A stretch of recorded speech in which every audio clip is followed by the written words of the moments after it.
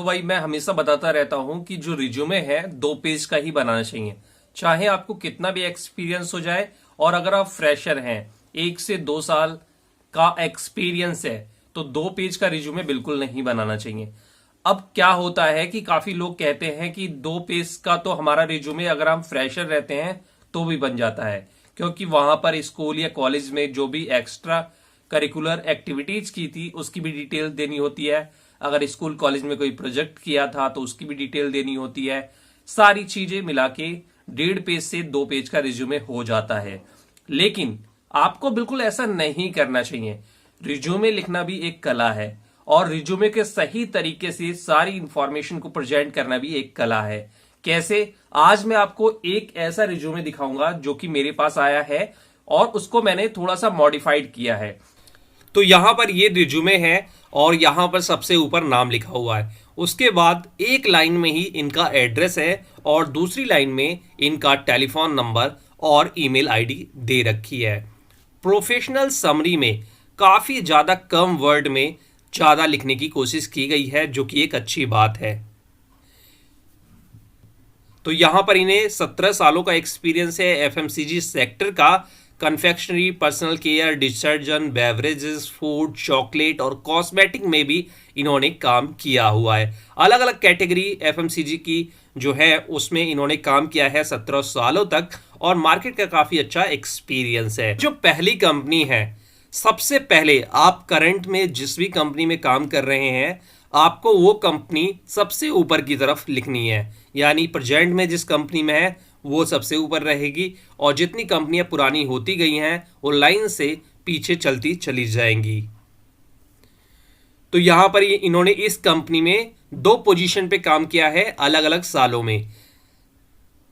साल 2017 से साल 2018 तक इन्होंने रीजनल सेल्स मैनेजर का काम किया है, और साल 2018 से और अभी तक ये यहाँ पर नेशनल ट्रेड मार्केटिंग हेड का काम कर रहे हैं। अब ये देखिए रिस्पॉन्सिबिलिटी क्या है और अचीवमेंट क्या है, दोनों में लिखनी पड़ेगी। अब लेकिन सबसे अच्छी बात है कि इन्होंने रिस्पॉन्सिबिलिटी और की अचीवमेंट दोनों की लिखी है, लेकिन बहुत ही कम स्पेस का यहाँ पर यूटिलाइज किया है, जो कि एक अच्छी बात है। तो जब भी अपनी पोजीशन हो उसके अंदर वर्क रिस्पॉन्सिबिलिटी जरूर लिखिए, लेकिन आपने उस कंपनी में क्या चीज अचीवमेंट की थी वो भी 1 से 2 लाइन 3 लाइन में लिखने की कोशिश कीजिए। शॉर्ट में अच्छा लिखिए, काफी अच्छा इंप्रेशन पड़ता है। अब यहां पर ये दूसरी कंपनी है जहां पर इन्होंने 14 से 17 में काम किया था, और यहां पर इन्होंने काफी अच्छी रिस्पॉन्सिबिलिटी और अचीवमेंट को लिखा है।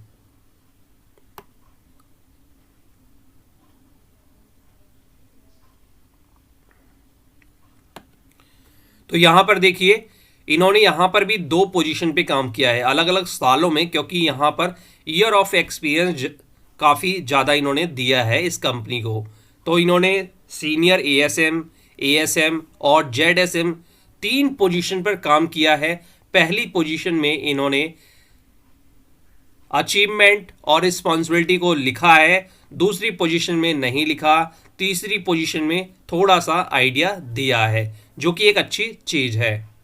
इसके बाद आ जाते हैं इस वाली कंपनी पर। यहां पर ये की एक्टिवेशन एग्जीक्यूटिव है जीटी में, और इन्होंने रिस्पॉन्सिबिलिटी के साथ साथ अचीवमेंट भी की है, उसको भी कम लाइन में अच्छी तरह से लिखने की कोशिश की है।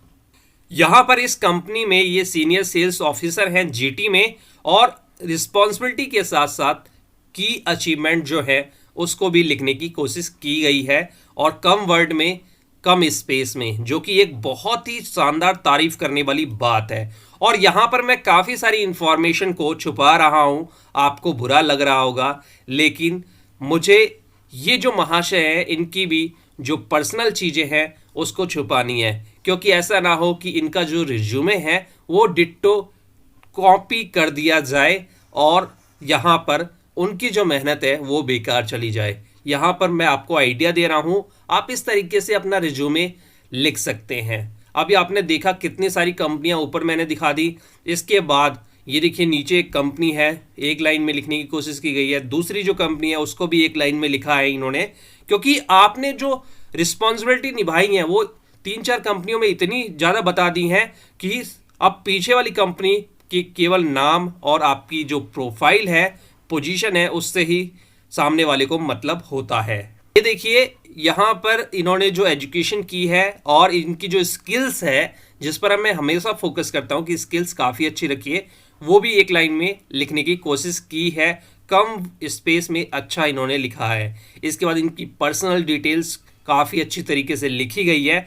यहाँ पर मैंने काफ़ी चीज़ें छुपा दी हैं क्योंकि आप डिट्टो की डिट्टो कॉपी कर लेंगे, कोई भी इंफॉर्मेशन लीक ना हो। इसीलिए ये सिर्फ एक आइडिया देने के लिए है कि आप अपना रिज्यूमे को कैसे बनाएं। अभी देखिए बंदा इतने सालों का एक्सपीरियंस है, इतनी कंपनियों का एक्सपीरियंस है, यहाँ पर इनकी एकेडमिक क्वालिफिकेशन भी काफ़ी अच्छी है, पर्सनल भी काफ़ी अच्छा है। अब ये चाहते तो इसे 4 पेज का बनाते, और कोई बहुत करता तो 3 पेज का बनाता, लेकिन 2 पेज में बनाया है क्योंकि 2 पेज का जो फॉर्मेट है वो काफ़ी ज़्यादा पसंद किया जाता है।